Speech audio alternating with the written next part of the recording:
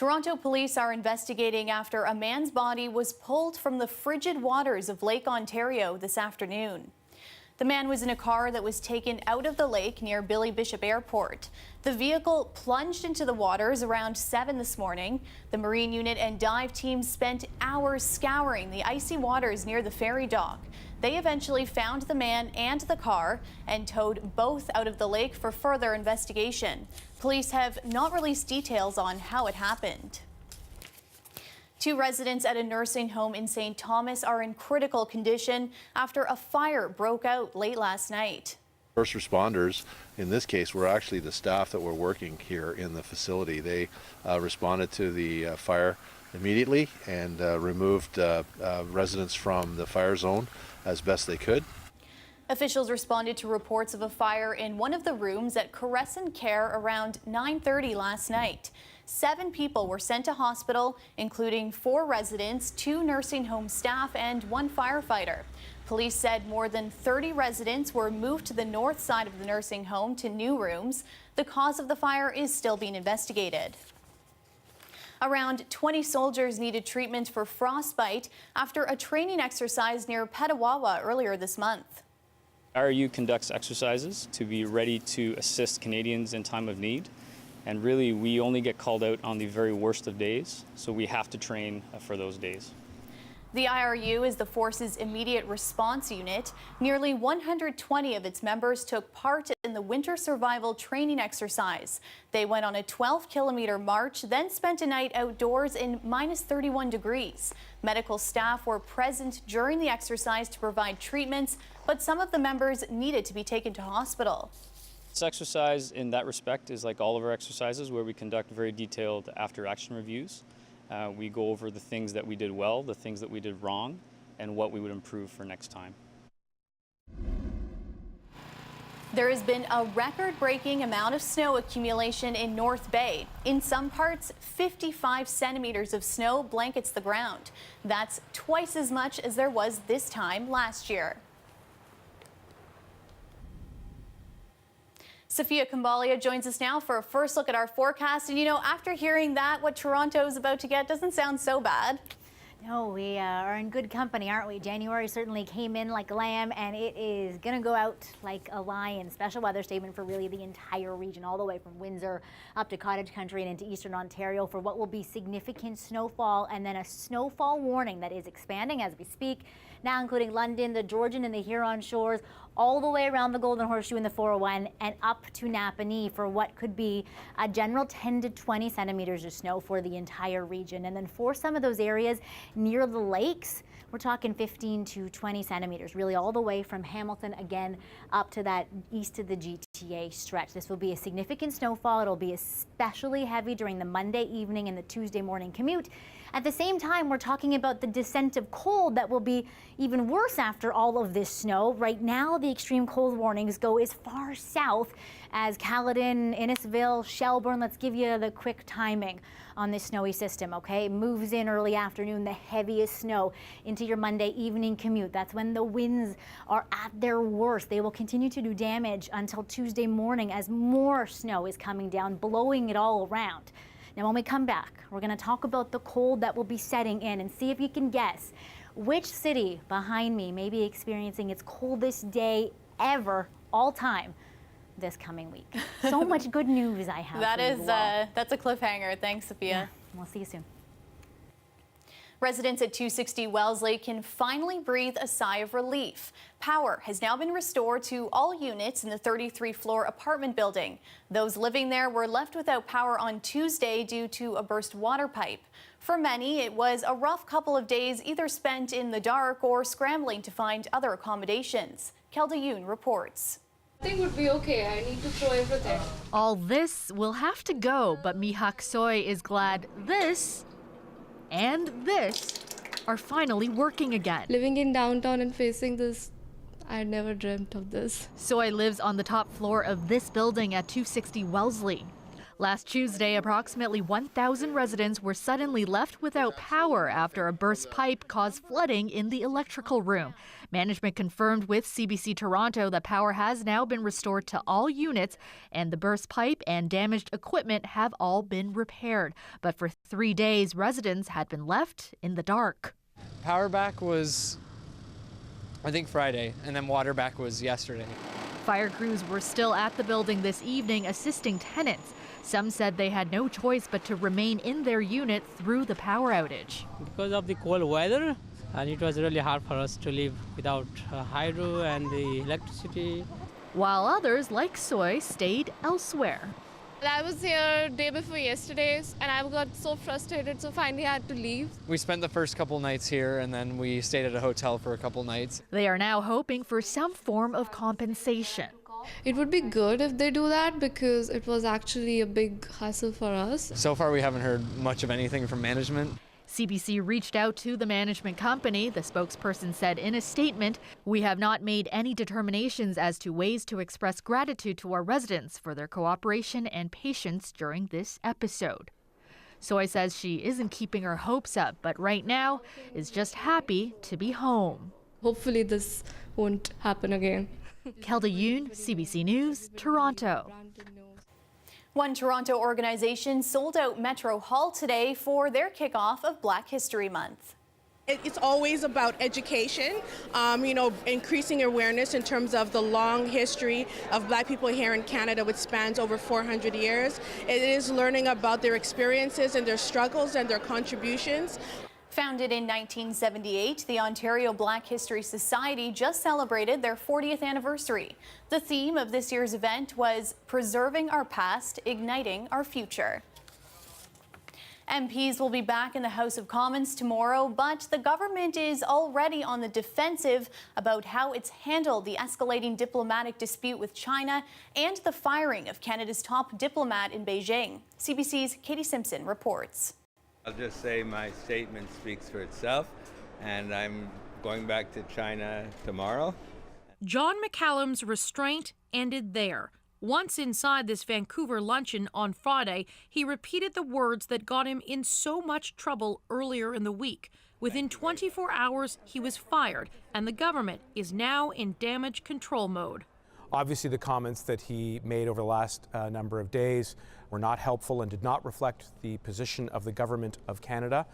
McCallum is accused of undercutting the government's position on the arrest of Meng Wanzhou. The Huawei executive was arrested by Canadian authorities on an extradition request from the U.S. Ottawa has gone to great lengths to argue there will be no political interference in Meng's case. And as I said, I think Ms. Meng has quite a strong case. But twice last week, McCallum advocated for Meng's release, musing some sort of deal could be cut between the U.S. and China. And to think that he did this on his own without approval from the Prime Minister's office, I think is naive. The Conservatives question if McCallum's real crime was getting caught and whether he was instructed to quietly deliver a China-friendly message. The Liberals say not true. I think floating any type of suggestion in the absence of any factual basis is actually quite irresponsible, given that there are 2 lives which are at stake right now. China is criticizing McCallum's dismissal. An editorial in a state-linked tabloid quotes a Chinese folk saying, "You cannot live the life of a whore and expect a monument to your chastity," accusing Canada of being hypocritical. The Prime Minister is now looking for a new ambassador, and he's being encouraged to put more resources into dealing with China. Perhaps the Prime Minister would do well to have a special envoy like Jean Chrétien, who could be sent over to China to just focus on the detainees. The second in command at the Canadian Embassy in China, Jim Nicol, is now in charge. His top priority is preparing for consular visits with the 2 detained Canadians in the next couple of weeks. Katie Simpson, CBC News, Ottawa. An explosion right in the midst of a church service in the Philippines takes a heavy toll. As emergency teams rush to the scene, a second bomb explodes, leaving 20 dead, dozens more wounded. Details on who's believed to be behind the attack after the break.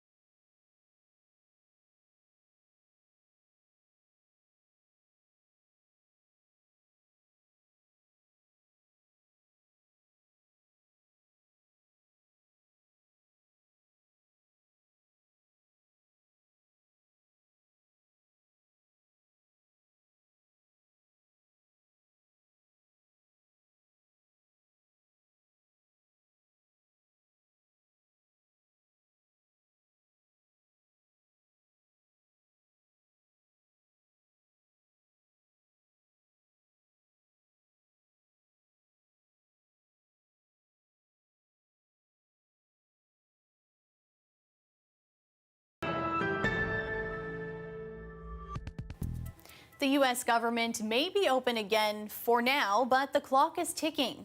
Democrats and Republicans have just 19 days to agree on a bill to fund the government past February 15th. And as Paul Hunter reports, Donald Trump's shutdown flip-flop may not be his most serious problem.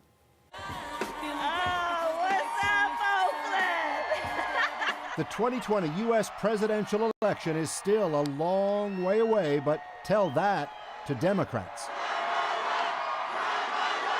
That's California Democratic Senator Kamala Harris at the first rally of her run to defeat Donald Trump. Her message: America, we are better than this. Half a dozen other Democrats are already in the race. Some 24 more may join. Why so many so fast? Thank you very much. Consider just the past few days for Trump, forced by Democrats to end for now the government shutdown he started without his key demand for a border wall fulfilled, bringing derision for Trump even from conservatives. Pushing back today his acting chief of staff. Ultimately, he'll be judged by the end of by what happens at the end of this process, not by what happened this week. But that's hardly the only issue on Trump's plate this weekend. I am human, and I did make some errors, but they're errors that would be inconsequential. For all who'd listened today and all weekend, longtime Trump ally Roger Stone defended himself on charges laid Friday of lying, obstruction, and witness tampering in the special counsel's investigation into the 2016 Trump campaign and Russian efforts to fix the election. And though Stone today was adamant that this indictment is thin as piss on a rock, it's pretty much what Americans are talking about right now, and Trump's falling popularity and a litany of other challenges he faces, including that the shutdown may start all over again in 3 weeks.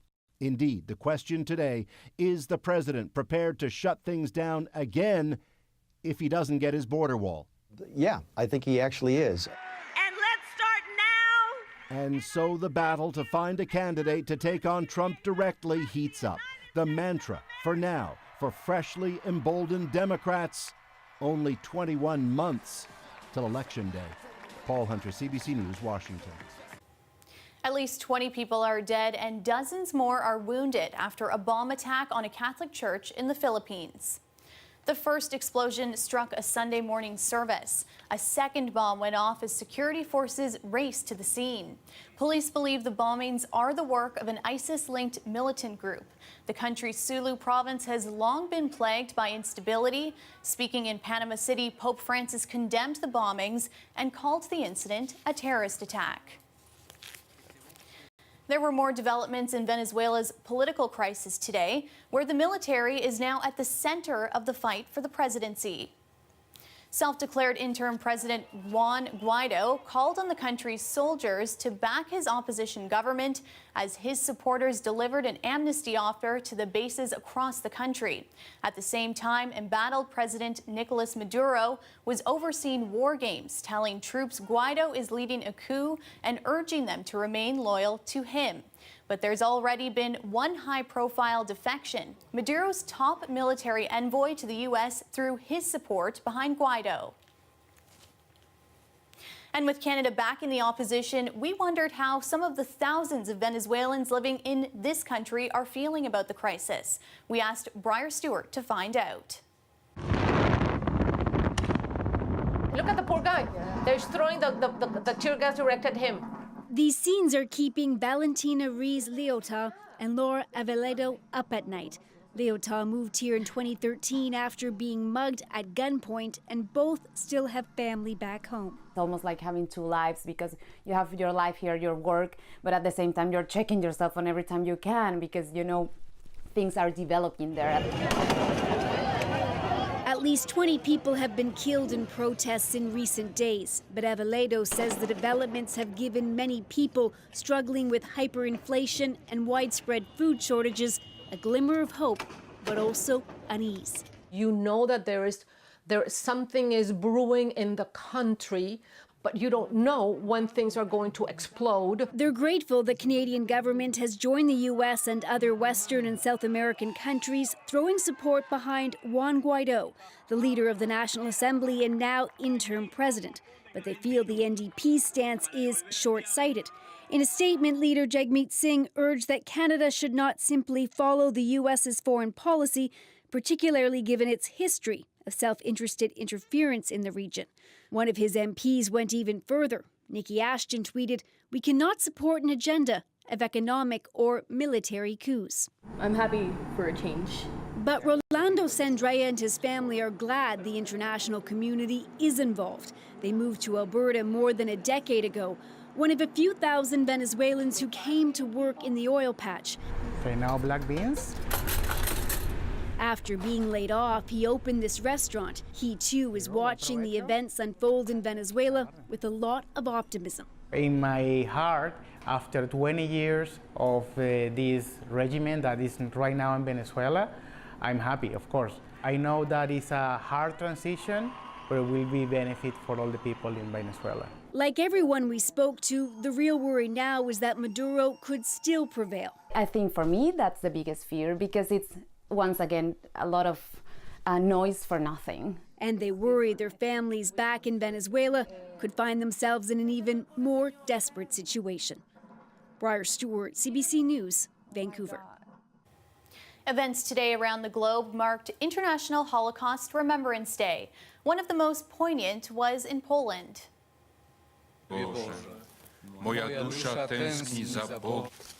It took place at the Memorial and Museum to Auschwitz. The concentration camp was liberated 74 years ago today. Well over 1 million Jews, Roma, and others died at the camp. Altogether, 6 million Jews were put to death by the Nazis. According to the Israeli government, there was a record number of anti-Semitic attacks in 2018. The Syrian war has had an especially devastating effect on children. Millions of young Syrians have been displaced. Now, a Bosnian museum is shedding light on these children's lives. Dolls, diaries, and house keys are on display at the War Childhood Museum in Sarajevo. Each personal treasure was donated by a Syrian refugee child. This weekend marks the museum's 2nd birthday. It was founded by a man who grew up during the Balkans conflict, and it includes items from children living through wars around the world. Its founder wants to show the world that children are resilient survivors.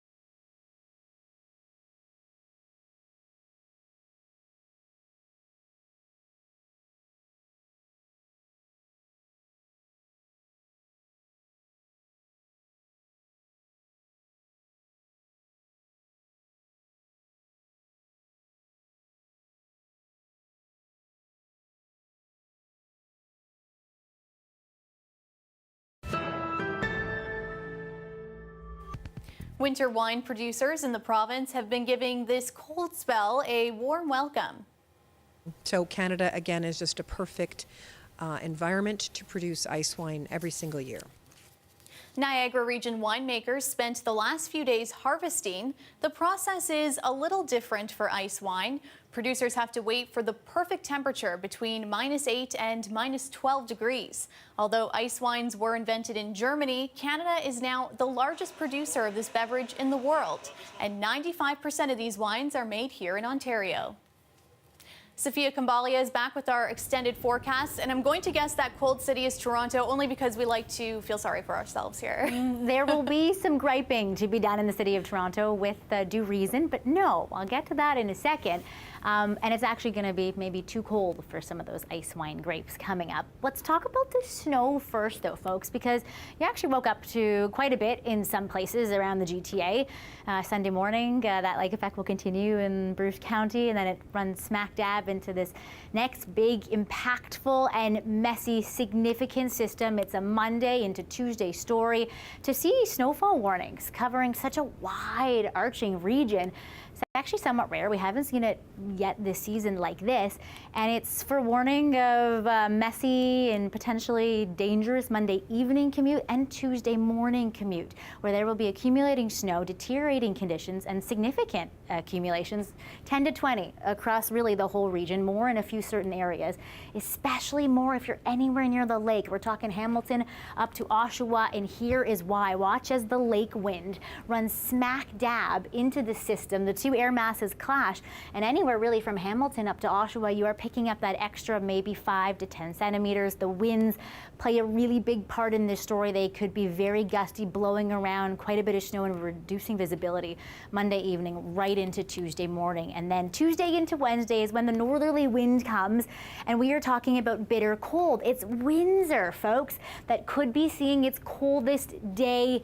ever. We are pretty close to some really cold days. Griping territory for sure for what feels like the -30s. Our coldest day ever, though, was -21 in 1994. So we won't get to that probably, luckily. The country. Thanks, Sophia. The Tannenbaums have acquired one of North America's largest and most eclectic assortment of photographs over the last 4 decades. Now, the Toronto couple is sharing part of that collection at the Ryerson Image Centre. I visited the exhibit called True to the Eyes, which also takes the audience through the evolution of photography.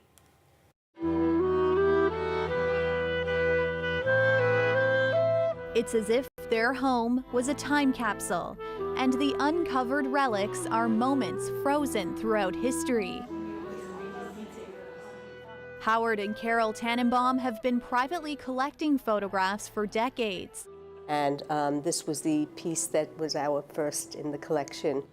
And now they're on display for all to see. I think that anybody who is interested in history or interested in people or just really interested in great things to look at will be intrigued with the collection.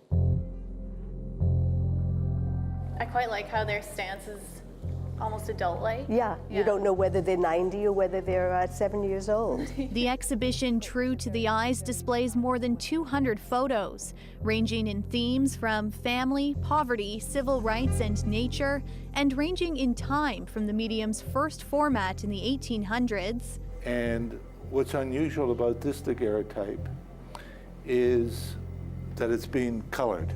It's called The General's Wife. Right up to contemporary work. Raphael Goldchain and Ed Bertinsky, Chris Carreri, Vince Pietropalo, all of these people have contributed to the world of photography in Toronto.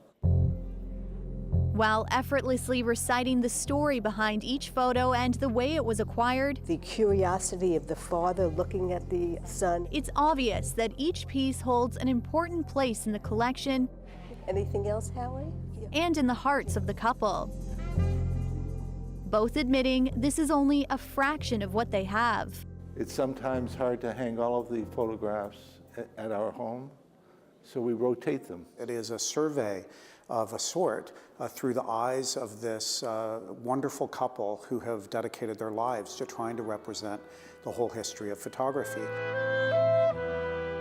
Some of these photos required years of chasing. All of them are a reflection of the way the Tannenbaums view the world. There has to be some substance within in the photograph, something that teaches you, whether it's about the culture or about the person who is being photographed, or about the way in which the photographer portrays that particular person. Talia Ricci, CBC News, Toronto. And that's our show for you tonight. Thanks for watching. You can stay caught up on news anytime on our website, cbcnews.ca. Good night.